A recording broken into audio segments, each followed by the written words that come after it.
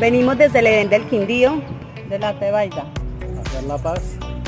con la naturaleza, ¿Y de qué forma hace usted la paz con la naturaleza? cuidando el medio ambiente, no echando aceites ni residuos por los sifones. ¿Y usted de qué forma hace la paz con la naturaleza? Principalmente no echando residuos a los ríos, ni plásticos, ni botellas. Dice usted bien. ¿Y usted, señora, de qué forma hace la paz con la naturaleza? Ahorrando energía.